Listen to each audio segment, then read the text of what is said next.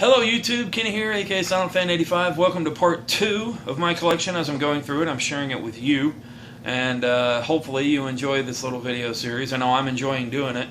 So what we're getting to now is little knickknacks I have, including a handheld system that I finally got my hands on after 6 or 7 years I've been looking for one.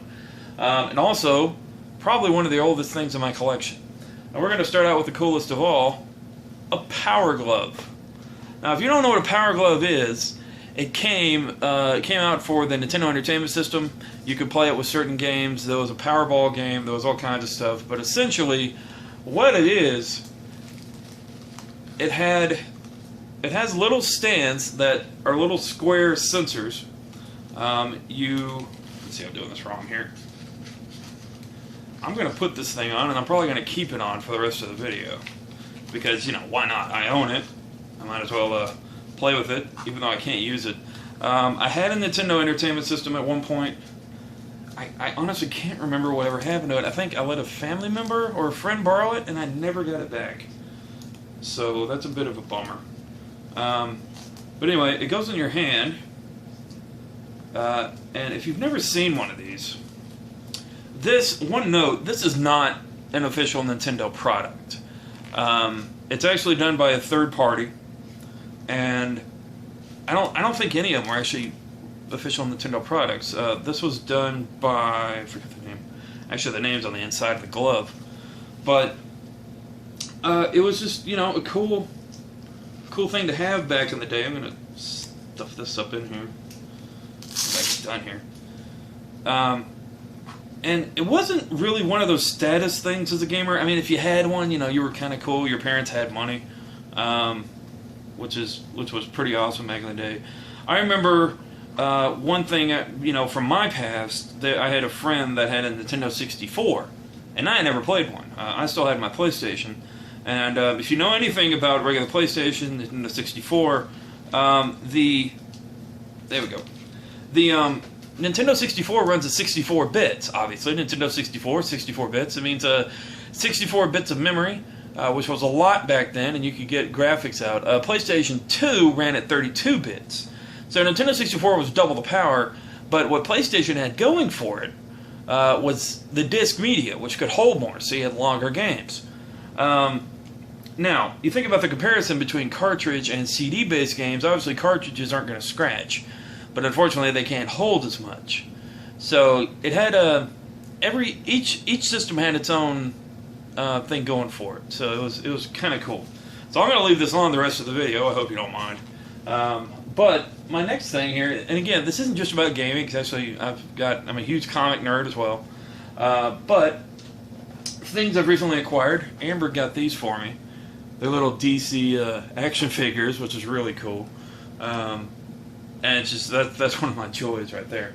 This is my Yaya-Han 2014 calendar signed for Amber and I. This is really cool. Now, Yaya-Han is a cosplayer. Oh man, that's got scratched up too. Well, that's a disappointment. It must have gotten scratched up in the move. But Yaya-Han is a cosplayer, and probably one of my favorite ones by her is her Chun-Li. And I'll show it to you real quick. Chun-Li is a character from Final Fantasy Street Fighter, which I am, again, another avid player of. That is Ms. Yaya-Han as Chun-Li, which is really, really awesome. You look at Yaya-Han, and she's a beautiful woman. She really is. She's such a beautiful woman. And I think she's done right by cosplay. Very classy, very, very cool person. Alright, so moving on. This right here, if you don't know what it is a Game Gear. This thing, I'll show you. This thing uses 6 AA batteries in order to run. Now this came out, I want to say 2 or 3 years before or right around the Game Boy Advance. Maybe a little bit before, but this was done by Sega.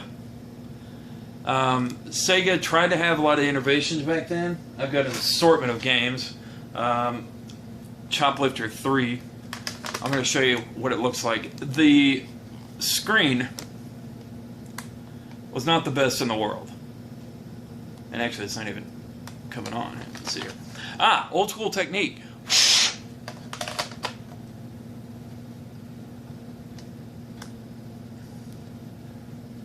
Nope.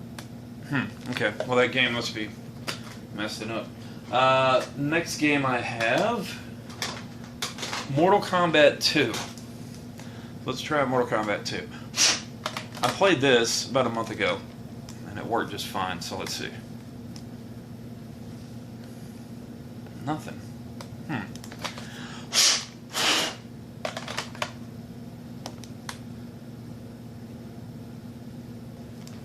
Well, it looks like I'm not having the best luck. But, I mean, this thing came out in, let's see.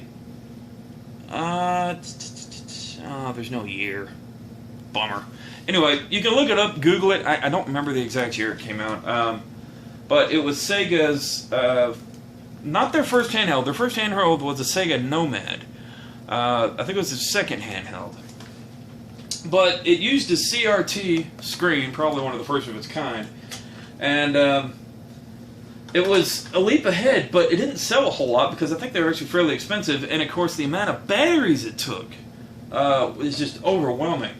But the games I have, aside from Mortal Kombat 2 and Choplifter 3, I've got Aladdin, which Aladdin is a classic, Sonic the Hedgehog 2, and Echo the Dolphin. This game drove me nuts on Sega Genesis. It was just tough to figure out. It's a total puzzle game. So next up, this has nothing to do with gaming, but this is Leo. Leo I got at a dinosaur expedition that Amber and I went to, and he sticks with me. I put him on my desk, and he's always around. This is Char. I always aggravate Amber with him. This, Nintendo Power Mints. Nintendo Power is not in circulation anymore, but Nintendo Power was Nintendo's premier magazine for probably about close to 10 to 12 years. You could order it each month. You can even set up a subscription. I had some Nintendo Powers. Again, I had a box of stuff that I lost when I moved down here from Georgia about 10 years ago, 8 to 10 years ago. And I had a stack of Nintendo Power. But again, it just up and vanished. It was the weirdest thing. A little Superman action figure there. And now we're starting to get back into the gaming section. Alright, so Final Fantasy on VHS. Legend of the Crystals. I'll be honest here. I found this at a vintage stock, and I've yet to watch it. Now, this is VHS, okay? If you don't know what VHS is, you haven't lived. There was a big war back in the 80s, early 90s, between Betamax and VHS, video head system or something. But VHS is obviously just tapes. You can see there, that's VHS. But I found this, and I was like, you know what? I've got to have that. Mainly because it's Final Fantasy. And second, because it's a Final Fantasy anime on VHS. So I had to buy it. Now, $3 is what I got that for. $3, folks. That's crazy. Alright, so I got a little Final Fantasy 13 strategy guide here. This actually came with the game if you pre-ordered at GameStop. So that's cool. And now this is awesome. Street Fighter 2 Turbo for SNES in the box. Now the box obviously has some wear and tear on it, but this was really cool. It came into the store and I had to get it. Such memories, such great memories. Favorite fighter, Cammy, and he wasn't featured in this one, but Akuma. Those are my favorite fighters for Street Fighter. Next, we got Turok for Nintendo 64. Again, some wear and tear on the box, but still cool to have. Probably one of the greatest 64 games. The greatest Nintendo 64 game, aside from Smash Brothers, are about on equal footing with me, Legend of Zelda Ocarina of Time, the Collector Edition box. Now, I don't have the actual game, but this was given to me. The game itself goes for about $90 to $100, easily. So there's that. Excuse me, I'm straightening out my back.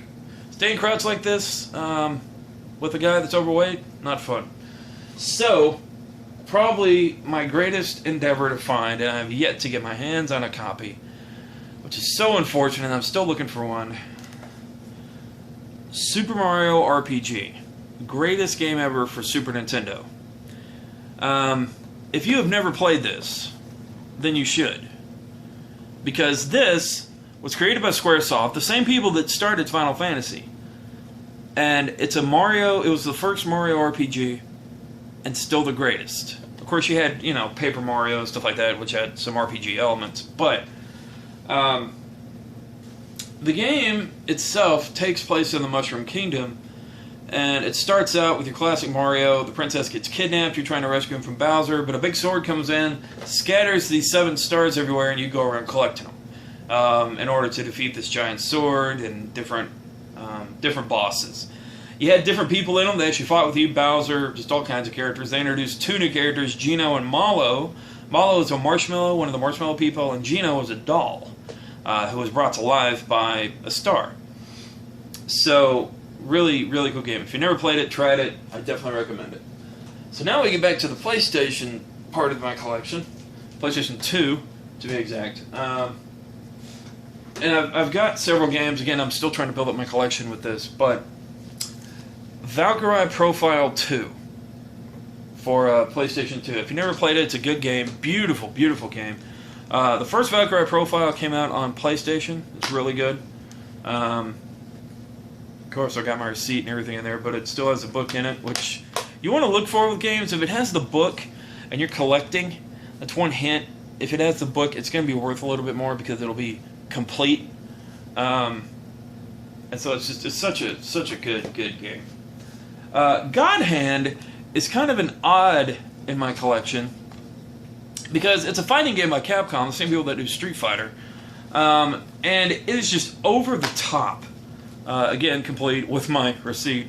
But essentially, you're playing this guy that has a really, really powerful punch, really good fighting skills, and you can punch people out of the world, literally. You can wind up and just punch them, and they go like 2,000 miles into the distance. It's a really fun game if you've never played it. I definitely recommend it. This, again, is probably one of the greatest RPGs I've ever played, aside from Final Fantasy. Xenosaga, which is great. This was the first one to start it out. They were kind of testing the water with it.